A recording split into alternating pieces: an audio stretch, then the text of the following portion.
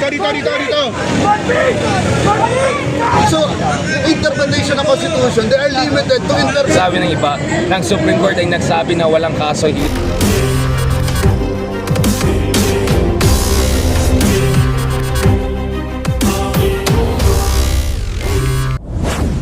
Na magbobotohan mamaya po para ito yung impeachment. Dapat, hindi muna sila nagbotohan kasi may motion for reconsideration. Correct. Hintayin nila. Saka hindi naman po ako yung mga nagsasabing mali yung ginawa ng Supreme Court. Kahit nga si Tony Labilla. Tama. Framers of Constitution. Oh, framer ng Constitution. Si Renato Puno. Oh. Diba? Yun, ang masasabi. Galit na galit.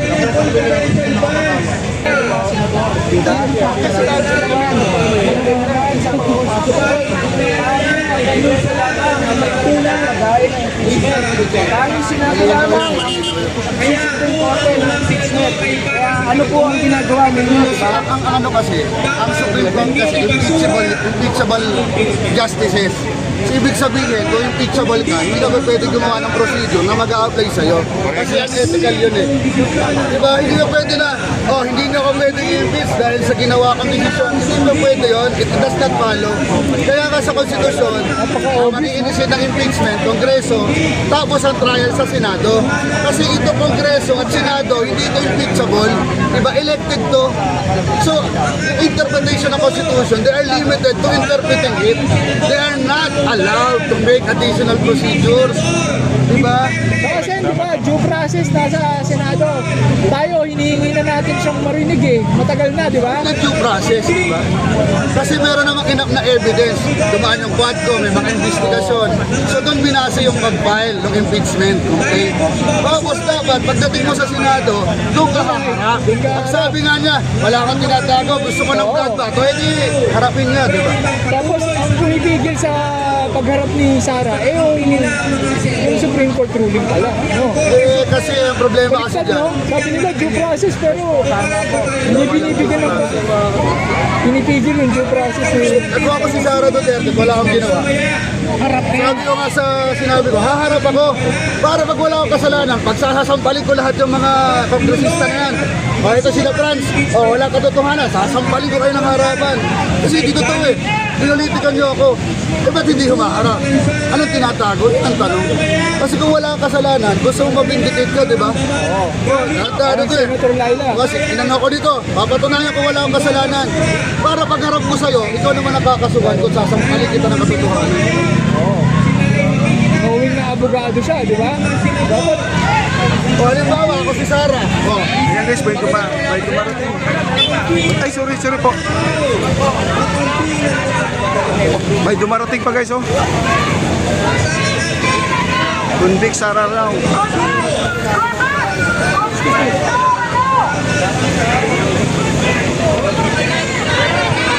Dito.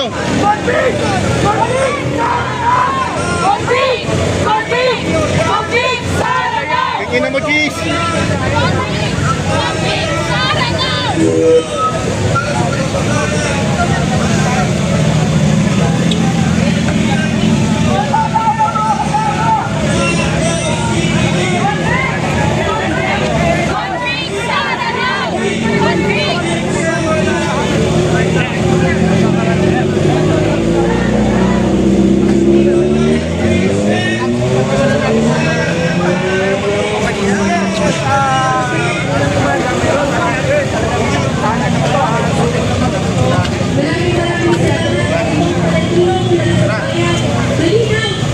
May pogi tayo. Ayun na, may pogi, pre. Ayun na, may pogi, oh. Ay, parang kilala ko to, ah. Kilala natin to. Si Sara Duterte sa ilang buwan. Secretary, pero hindi naman na final dapat dahil meron ng promotion file. So, tingnan natin sana itong Senado na to ay dito whether puro lang na ito yung issue na trial na to until next year or whether hintayin lang sana nila yung Supreme Court na magkaroon ng final tignan din natin. I'm sure maraming mga legal acrobatics at yung hilay moves ang mangyayari mamaya, but kitang-kita din natin sa approval ratings na bumaba talaga ang approval ratings din ng Senado, lalo-lalo na sa balance Luzon sa iba't ibang lugar dahil marami rin hindi natutuwa, no? Pag-handle ito ng impeachment na ito. Para sa the segues talaga sa bilang ng Senado, hintayin muna natin yung motion for reconsideration kasi yung de facto moral argument na yun which is basically yung position ng former Chief Justice Pangiliban at yung mga ibang ex-justices and isa pang former ex-Chief Justice, no? Yung Phil Consa na nagsabi, wag sana natin i-rush. But ako yung vlogger, ba't ako yung tinatanong? Okay lang, kasama. Richard, ano masabi mo na yung Supreme Court gumawa ng batas para protektahan yung sarili nila? Kasi impeachable officer din sila, di ba? Huwag niyo ako ipahamak ha, meron pa kami. Para may kaso ka pa na. Hindi kaso yan, ano lang yan. Contempt. Yung mga nanggugulo lang, Oo, si Bansot, no? Humingi lang ng response lang ng Supreme Court. So we're Okay. just gonna It's not respond case. lang. Oh. The legal team ko is very ready. Explain natin na I completely exercise my not only constitutional right to freedom of expression but also academic right because after all tayo po ay isang political analyst, political scientist at nilagay naman natin ng context sa lahat ng mga sinasabi natin at wala namang bawal sa sabihin Tama. ano yung mga facts ng sino nag-appoint especially kung nagbibigay ka naman ng konteksto and just on the record nag-reach out din naman ako sa Supreme Court to get their side of the story so we have everything on the record lahat may resibo so yung mga gusto mag-legal harass sa atin mag-silence sa atin sorry na lang lalo tayo naging makulit okay, dumami pa tayong mga vlog Parang di naman kayo stress no? Parang wala lang eh. parang medyo late lang ako natulog eh. Ano pa, maraming Netflix pa. Tignan natin, no? So, within the coming hours, malalaman natin kung ano mangyari dito. Because a lot of legal experts would say, dapat hintayin talaga yung motion for reconsideration. Tama. Pero may teorya na baka kung pipilitin na patayin na itong trial na ito ngayon pa lang, ang mangyayari is parang moot and academic na lang maging issue ng motion for reconsideration. Pero hindi mawawala yung problema eh. I think the fact na meron tayong maraming mga ex-justices, ex-chief justices, legal luminaries, UP law, maraming institution na nagsabi na at least sana pagbigyan yung mga sabihin natin na updates or clarification dun sa facts of procedures ng lower house. I think that matters a lot. I would also say, may mga nagbabasa na kung ano into this, but the fact na yung Solicitor General who officially also represents the executive branch ay nagsulat, yung motion for reconsideration ng House of Representatives. I think that was also relevant, although SOP yan, but the way na sinulat ito, ang basa ko, basa ko talaga ng the way this has been written, the way yung Phil Consa, other ex-justices have been approaching this is, I think everyone wants an off-ramp.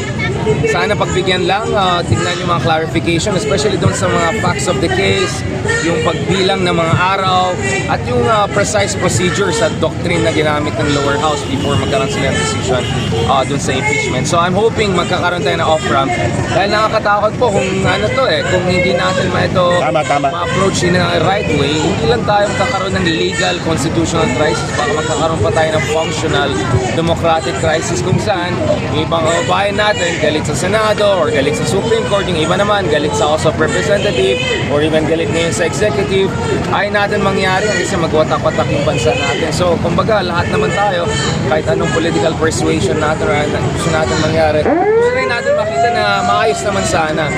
I mean, I'm sure may mga battorney dyan na may magagaling na argumento paano i-resolve yan.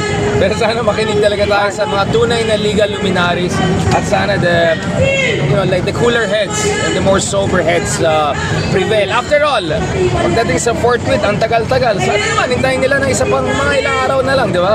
Or mga ilang weeks na lang, baka magkaroon din tayo ng final idea sa motion reconsideration. At kung sinabi ng Supreme Court, yun na yan, talagang they'll stick by it kasi 8 justices ang dapat mag-reverse. Right? Kung talagang hindi mangyari yan, okay lang, hindi balik ulit. Next year, di ba? February, pwede naman sampa ulit. And as we speak, alam natin yung Quadcom 2.0 is back, di ba? So halos lahat naman sila nanalo eh. Yung natalo lang naman, nanalo sa ibang bagay sa buhay, pero at saka natalo hindi sa congressional race, di ba? So buo pa rin yung Quadcom, buo pa rin yung I think yung lakas ng loob ng mga nasa Quadcom sa Kongreso. So hindi mawawala ng issue na yan. And huling-huli, huwag natin kalimutan, hindi sinabi ng Supreme Court na acquitted si Vice President Sara Duterte dun sa yung mga allegations na naging basihan ng impeachment articles, no? Walang basihan at walang kinalaman yung Supreme Court ruling pagdating dun sa substance of the impeachment. Procedural lang po yung issue. So hindi pa rin acquitted si Sara Duterte at hindi totoo yung sinasabi ng iba ng Supreme Court ay nagsabi na walang kaso or anything like that. Procedural lang po issue na yan. Kaya I'm hoping we'll find an off-ramp. Sige, Hindi na ako magsalita, baka ma-petition na naman tayo. Salamat, Richard. Thank But in the meantime, huwag kayo mag-alala, may legal team tayo, mag-respond lang tayo.